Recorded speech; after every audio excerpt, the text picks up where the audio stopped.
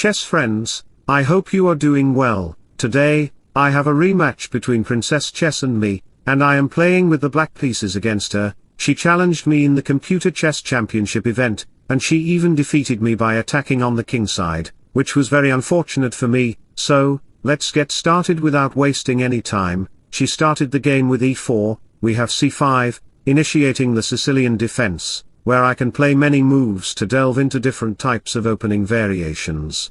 I decided to go with d6, the most popular opening in the fringe variation, where I played knight f6, attacking the pawn, and I considered knight c6 e6, or e5 in the future. A few moves later, I even considered a6 to prevent any sort of knight entry point on b5. I was not interested in playing e5 because the knight would get the f5 square. Therefore, Princess just moved her bishop back to g5, and we have e6 to prevent any sort of knight entry into the center. Princess then played a very peculiar move, f3. Why? Princess, you played f3 to create a pawn chain, where you could push forward your pawns on the kingside, and by playing bishop d3, you would be able to castle short or even long. Are you challenging me, Princess? Because it is a very committal and challenging move for both sides, Princess just declared war, which is why, after a few moves, you can see that we both castled on opposite sides of the board. Princess wants to push forward her pawns with g4 and h4, while I will push forward my pawns on the queenside to invade her structured kingside. So, I also declared war with b5, and h4 followed on the board. After a couple of moves, Princess considered king b1, getting away from the dark square diagonal. A few moves later, we even had a3 to prevent the b4 square from any sort of attacks. Of course, I am not going to play d5 because I am not a madman like Hikaru or Ian Nepomniachtchi, who make a bunch of mistakes in the middle game with their pawn structures. I am going to play h4 a4, and b4 patiently. Therefore, let me first initiate with h5. Rook to e8 was possible, but I didn't consider that move. She played rook h3, a very crucial move to push forward her pawns and place the rook behind the pawn. After a couple more moves, we had pawn exchanges and knight to c5 to put pressure on the e4 pawn. Queen e2 followed in the game to protect that pawn. Here, many chess players might be tempted to see that the e4 pawn can be captured by the knight, but that is not the full truth because white can actually attack you by playing b4. Your two knights will be under attack, and of course, the c3 knight is well protected by the rook. Therefore, it is not a good move to capture the pawn.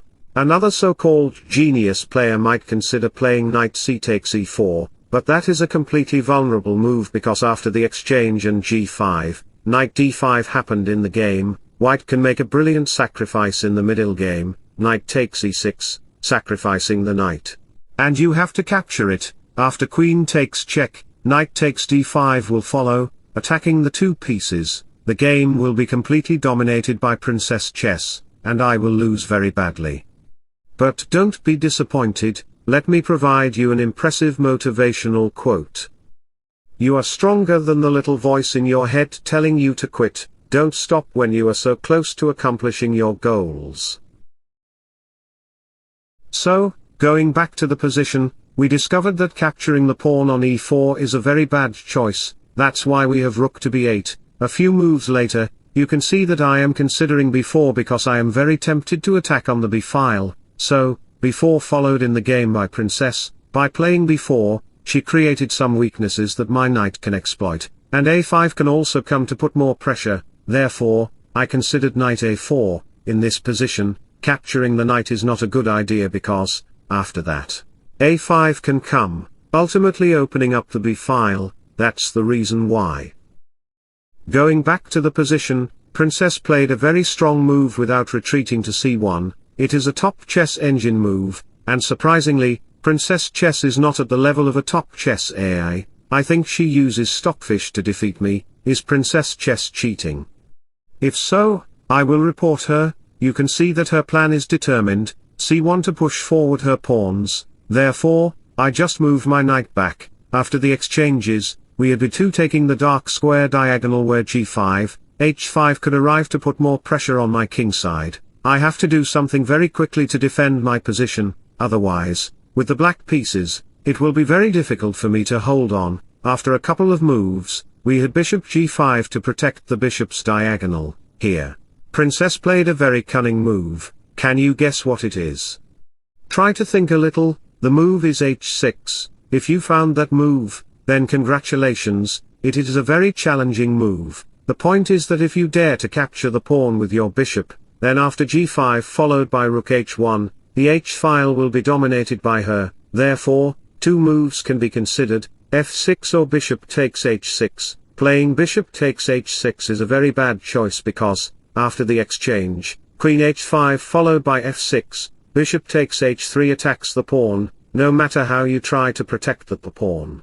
Your position will be disrupted by the queen and rooks on g7, you can see that your position is just destroyed. A queen will arrive at f6, and later on, bishop takes e6 will overwhelm your position. The game will be completely dominated by Princess, and she will win my territory.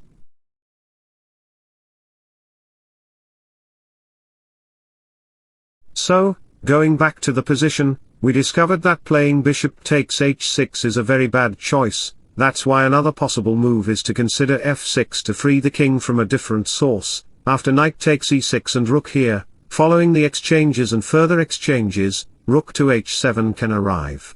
Queen g6 may follow in the game. After a couple of moves, you can see that rook to f1 check will arrive bravely. After king e7, queen c7 will follow, and the king will be stuck in the middle of the board. Even queen d7 does not work because there is queen takes e5. The king will face geometrical check problems from the queen, rook, and another rook. The king will face numerous threats in the middle of the board, and the game will be completely in white's hands.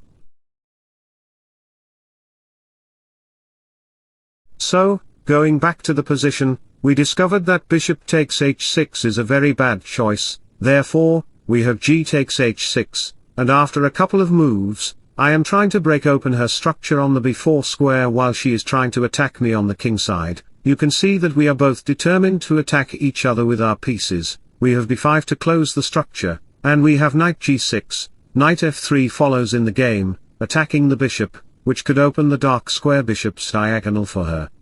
Therefore, I play e5, and after the exchanges, we have queen to f1, where she can play queen f6 to get to the h8 square to checkmate me. You can see that I am just trying to defend my position because I am playing with the black pieces, and white is trying to attack me in many possible ways. The bishop e2 position was fragile due to the e5 pawn, and after a couple of moves, we have rook to h5.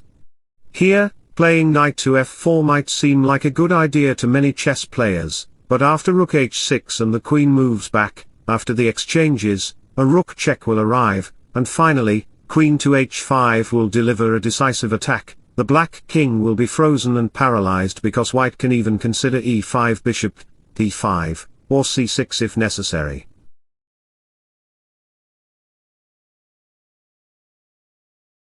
So, going back to the position, we discover that knight f4 is a very bad choice. Therefore, I just capture the pawn on b5, and at this point, capturing the rook on b5 might be tempting for many chess players, but it is not a good move because, after that, queen takes f3 will arrive, and consequently, bishop takes g4 will follow, and the position will be almost equal.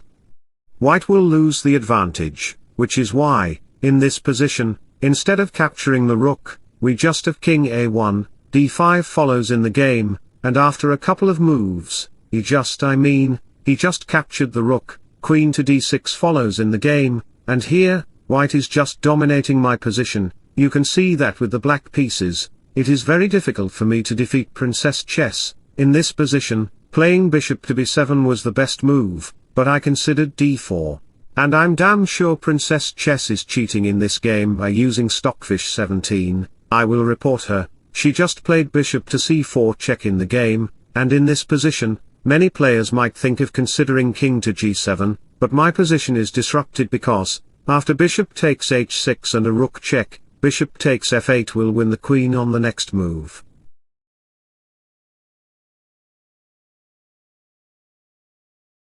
My position will be completely over.